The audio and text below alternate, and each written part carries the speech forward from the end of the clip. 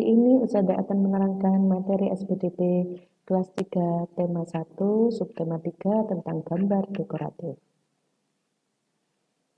Sebelumnya anak-anak persiapkan bukunya dulu, buka halaman 132. Apa sih gambar dekoratif itu? Gambar dekoratif adalah gambar hias tanpa meninggalkan bentuk aslinya. Bentuk dan warna pada gambar dekoratif terkadang berbeda dengan aslinya, tapi kesan gambar aslinya masih tampak. Misalkan, anak-anak boleh menggambar hewan dengan tubuh yang lebih berisi atau lebih kurus misalkan. Tidak masalah, asalkan tidak merubah bentuknya, ya. Ayo sekarang kita coba menggambar hewan ayam. Nah, ini adalah langkah-langkah menggambar induk ayam. Yang pertama, anak-anak membuat tanda lingkaran atau oval, ya. Kemudian setelah itu ditambahkan garis lengkung sebagai leher dan kepalanya. Langkah selanjutnya adalah menambahkan bagian ekor dan bagian kaki ayam, kaki atas ayamnya, dan mata serta paruhnya. Nah, langkah terakhir adalah menambahkan bagian sayapnya, kemudian jenggernya, dan bagian kaki bawahnya. Nah, setelah itu tinggal kalian hias. Kalian hias dengan menambahkan detail pada sayapnya, detail pada lehernya dan paruhnya, ya.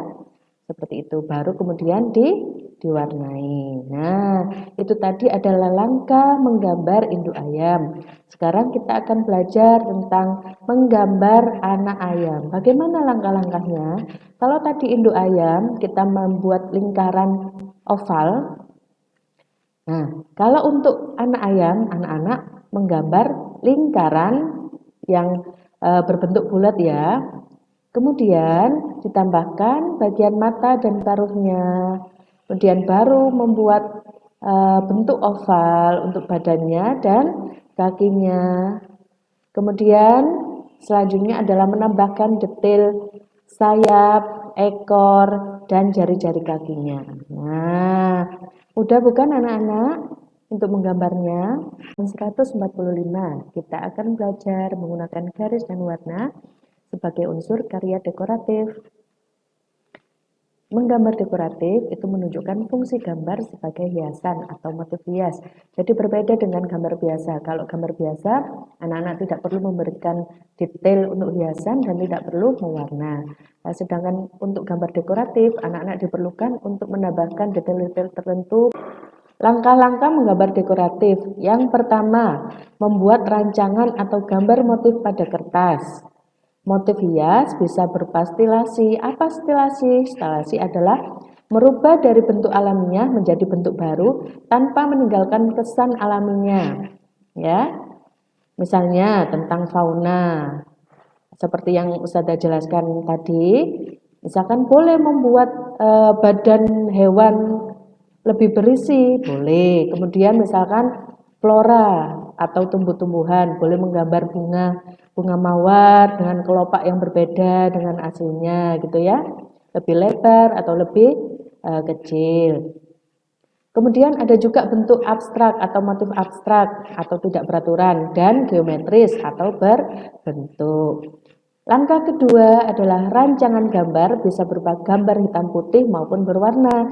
Jadi anak-anak bisa membuat rancangannya atau modelnya itu berupa gambar hitam putih ataupun sudah berwarna. Kalau anak-anak mendapat warnanya dari internet misalkan, ya, boleh di print seperti itu.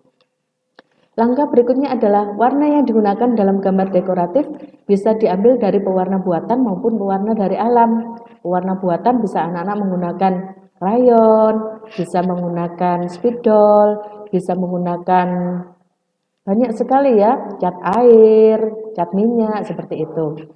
Dan pewarna dari alam, anak-anak bisa mendapatkan sari warna hijau dari sayur-sayuran atau daun-daunan, seperti itu, ya.